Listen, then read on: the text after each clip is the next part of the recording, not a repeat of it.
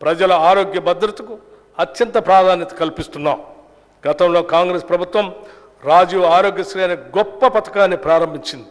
ఈ పథకాన్ని పెరిగిన వైద్య ఖర్చులకు అనుగుణంగా ప్రస్తుత అవసరాలు తగ్గట్టుగా మరింత విస్తృతపరిచి 10 లక్షల రూపాయల వరకు ఉచిత వైద్యం పొందేలాగా ఇప్పటికే ప్రారంభించాం.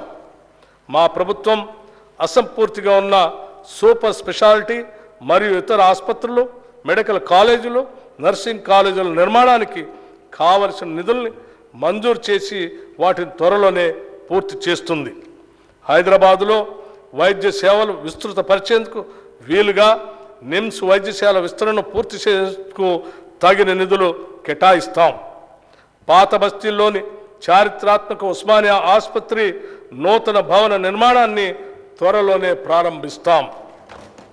ప్రకటనలకే పరిమితి అయిన వైద్య రంగంలోని సిబ్బంది నియామకాలను తగిన కాల పరిమితితో పూర్తి చేస్తాం. మా ప్రభుత్వం ఏర్పడిన వెంటనే 6,956 నర్సింగ్ ఆఫీసర్ల నియామకాల ప్రక్రియను పూర్తి చేసి వారికి నియామక పత్రాలని అందజేయటం జరిగింది. ప్రభుత్వ వైద్యశాలలను మరింత పటిష్టపరిచి విద్యా నిర్వహణకు కావలసిన నిధుల్ని మంజూరు చేస్తాం. నూతన వైద్య కళాశాలను అవసరమైన సిబ్బందిని మరియు వనరుల్ని సమకూరుస్తాం.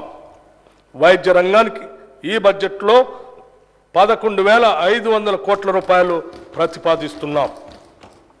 యువజన సంక్షేమం యువకుల్ని రెచ్చగొట్టడం కాదు, హక్కున చేర్చుకుంటాం.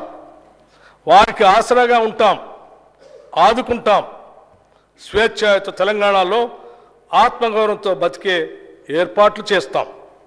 యువతే దేశానికి భవిష్యత్తు అంటూ కూనిరాగాలు తీయటం కాదు, చిత్తశుద్ధితో వారికి మెరుగైన జీవితానికి బాటలు వేస్తాం.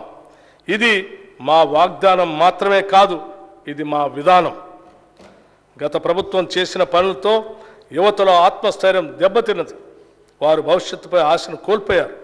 వారి భవిష్యత్తుకు మేము గ్యారంటీ ఇచ్చాం. అందుకే రాష్ట్రంలోని యువత మొత్తం మా వెనక నిలిచింది, మమ్మల్ని గెలిపించింది.